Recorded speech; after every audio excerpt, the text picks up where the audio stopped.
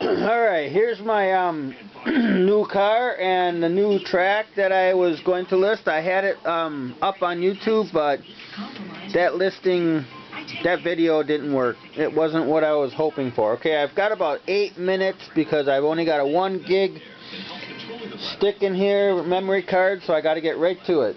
This is the new track. This is the state-of-the-art SCX Racing. It's digital, meaning you can program all the cars. All the cars can sit on the track, up to 6. And that's including your safety car. This is the safety car that has a mode all on its own that you can you can set it either to run the car yourself, or you can set it so that the car is called a safety car. So when you press a handheld controller down, it will follow the other car, which I'll demonstrate real quick here. But here's your pit box. There's your gas. You can add on to that to make it 4, 5, 6. There's your your pit box controls. Mode, select, start, stop for racing, car program, speed control, lights. You can turn the lights on and off. Now the lights on the safety car stay on because it's in safety mode. But the lights on the car go on. Now if you had that car set up so that you could run it, the lights would go on and off. You could do whatever you want. You can race the car like a regular car. Alright, but I just want to show you a couple really cool features. If you look at that light on the right is amber. I have the thing set up to junior mode. These tracks here are still set up for regular expert mode.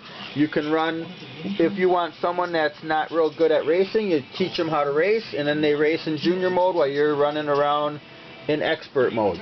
Alright, I just want to run around the tracks a couple times. Just to show you real quick, there's a double crossover, and there's a single switch, what they call the lead-in, lead-outs.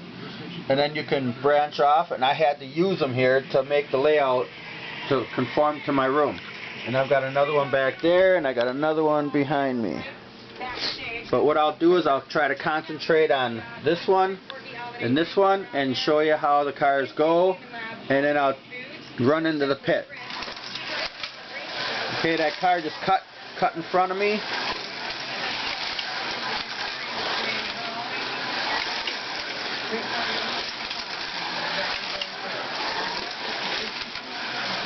And I just see how it's just that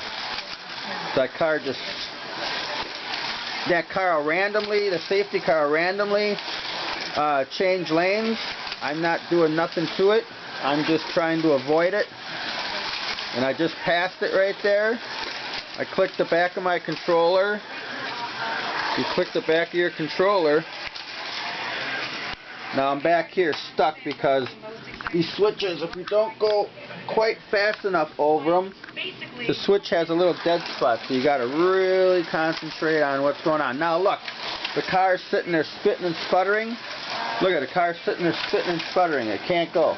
So I got to come into the pit. Then I got to press the back of my controller.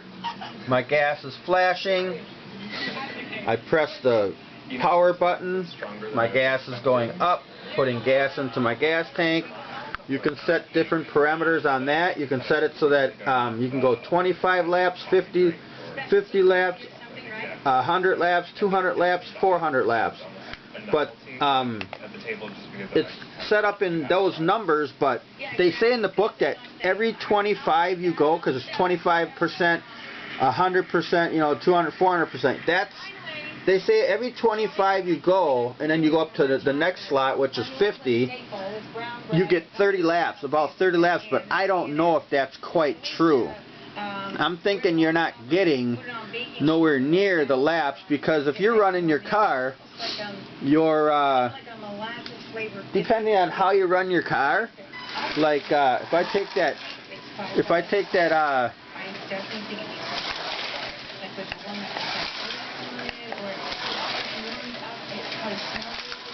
take that car off the track, let me bump it real quick. If I take that off the track and just run, You can see how much faster the car goes. That's junior mode, and I'm full speed. I'm at full speed. That's junior mode. If I was doing that in expert mode, not happening. Then you just hit the back of the controller, two switches, and now see, even junior mode with this car is so fast that even junior mode, the car wipes out. So you got to be even careful with this car. I'll try to get in a double switch. There, I just switched both lanes. Now, there's another feature on here you can do. See how the car just, I'll go around again. See how the car stops like on a dime? You can set the parameters in there so that you can go 100% brakes, 50% brakes, or 0. Excuse me.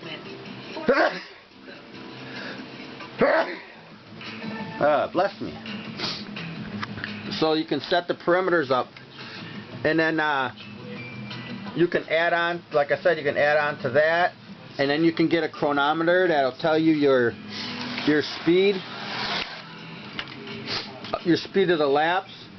You can get a lap counter, bridges, all kinds of stuff. And I had a guy online that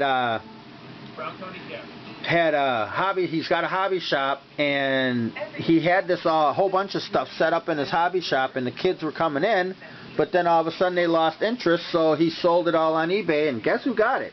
Me. He even took it offline, and I bought everything, a lot of stuff. So I'm hoping to get that soon, and then I'll be able to put a huge layout up at friend's house, even my girlfriend's house, and then show you bridges and chicanes and slip and slides and banked curves and you name it. So yeah, these are really cool cars, and like I said, here's the pin on the bottom. I'll pull it up. If you look, here, let me set that down a minute. Sorry about that, but I just wanted to show you. See that pin sticking up on my finger? Now watch it go away. See, now it went down. Now there's nothing there. That pin drops down with a solenoid in there, electromagnet inside the car. When you hit the back of the controller, it drops that pin down into that hole, and then in this hole there's a deep slot, and then there's a little piece of plastic that's about 1/8 of an inch or so taller, and when that pin drops down into there, it switches this and pushes that out of the way, and then the car slides in there. And then there's reed switches and sensors in the track that when the magnet goes over that, there's a magnet underneath the car. That magnet underneath the car also doesn't just hold you on the track, but it reads your reed switches under the tracks, where your start is and where your slowdown is and your go track. And it reads those things so that the pit box understands what's going on, which is a pretty ingenious little setup that they have.